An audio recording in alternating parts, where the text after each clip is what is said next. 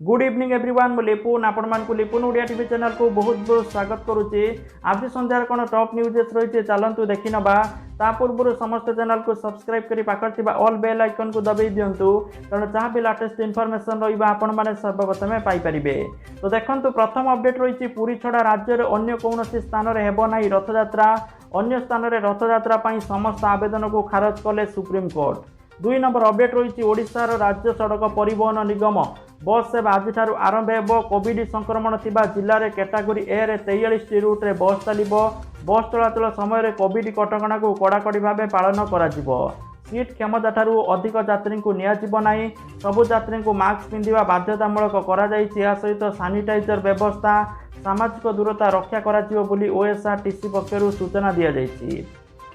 तो category A रे थिबा जिला गुड़िक रही अनुगुल, ढेंकानाल, केन्दुझर, सुंदरगढ़, झारसुगुड़ा, बरगढ़, संबलपुर, देवगढ़, कलाहांडी, बलांगीर, नुआपड़ा, सुवर्णपुर, गंजाम, गजपति, कंधमाल, बौद्ध, कोरापुट, नवरंगपुर, मालकानगिरी, रायगढ़ आदि रही तथ्य रही।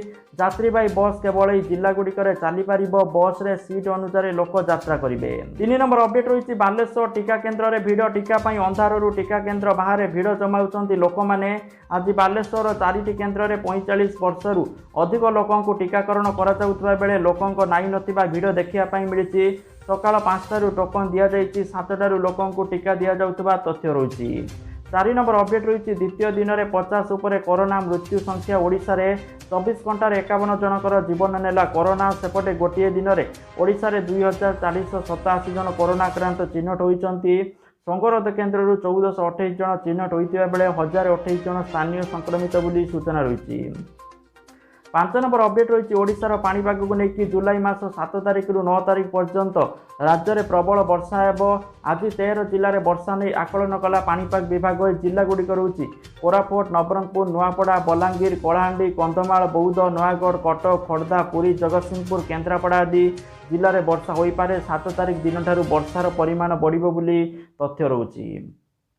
6 नंबर अपडेट रही धीरे धीरे नियंत्रण को आसुची कोरोना संक्रमण। देश में गत 24 घंटा मध्य 34,700 कोरोना आक्रांत चिन्हट होइचंती। 24 घंटे 553 जनकर मृत्यु होइतिबा सूचना रही। 7 नंबर अपडेट रही दुग्ध चाषी को गाई देवे बीएमसी।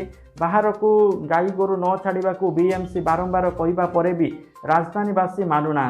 रास्तार माଳ गाई महिषी बुलुंट जहाद्वारा राजधानी में विभिन्न समय दुर्घटना घटुवा बेले ट्राफिक जाम होउची। तेणु रास्तार बुलुवा गाई को बीएमसी राजधानी निकटवर्ती अंचल में दुग्ध चाष करुवा महिला स्वयं सहायता गोष्ठी को देदेवाकू निष्पत्ति नहीं।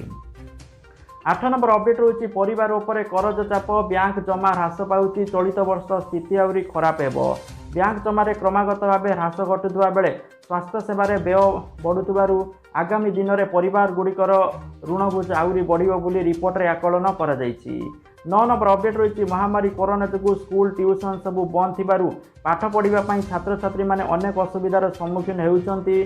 तेणु छात्र छात्री मानकु शिक्षादान जेभली कौनसी असुविधा न हुए या दृष्टि रखी सरकार विभिन्न प्रकार व्यवस्था करिसंती। पूर्वर प्रथम रु अष्टम श्रेणी छात्र छात्री यूट्यूब रे शिक्षादान व्यवस्था करा जायतिला बेले एबे युक्त 3 बा +3 छात्र छात्री वेब पोर्टाल बा वेबसाइट माध्यम पाठ पढ़ा व्यवस्था करने निष्पत्ति निया जायछि।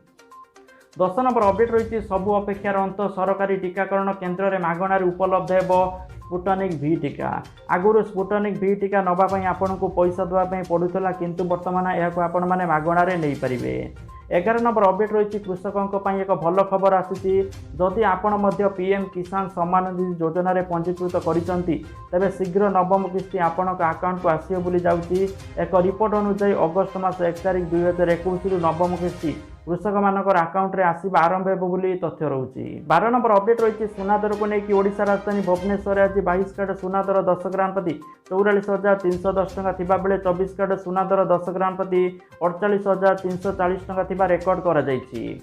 13 नंबर अपडेट रही टीकाकरण उपरे परिवार कल्याण निर्देशक सूचना। 4 रु 5 मास मध्य राज्य में टीकाकरण प्रक्रिया शेष होब बोली कहिसंती। सोमवार 4,02,434 जन को टीका दि जायछि। वर्तमान सुधा 1,24,91,857 जन टीकाकरण हो सारी। गर्भवती को टीकाकरण पर प्रशिक्षण कार्यक्रम चली। जिला माने एथिरे सामिल हेबे जते शीघ्र संभव आरंभ हेबो बोली तथ्य रही। 14 नंबर अपडेट रही बिहार राज्य में पुणी थे स्कूल कॉलेज खुलवा आरंभ होती। वास्तव में मुख्यमंत्री नीतीश कुमार सोमवार दिन ए संपर्क में ट्वीट कर सूचना देते। विश्वविद्यालय समस्त कॉलेज वैषयिक शिक्षानुष्ठान सरकारी तालीम प्रतिष्ठान एकादश द्वादश श्रेणी पर्यंत राज्य में 50% छात्र छात्री उपस्थित खोल। वयस्क छात्र शिक्षक शिक्षानुष्ठान कर्मचारी टीकाकरण पर स्वतंत्र व्यवस्था कर तो जहाँकि पूर्वर अनाउंसमेंट होता जितेबाला समस्त स्कूल पिला माने टीका नहीं जिवे शिक्षक शिक्षयित्री माने टीका नहीं जिवे सेतेबाला स्कूल खोलिबा नहीं निष्पत्ति निया जिवो।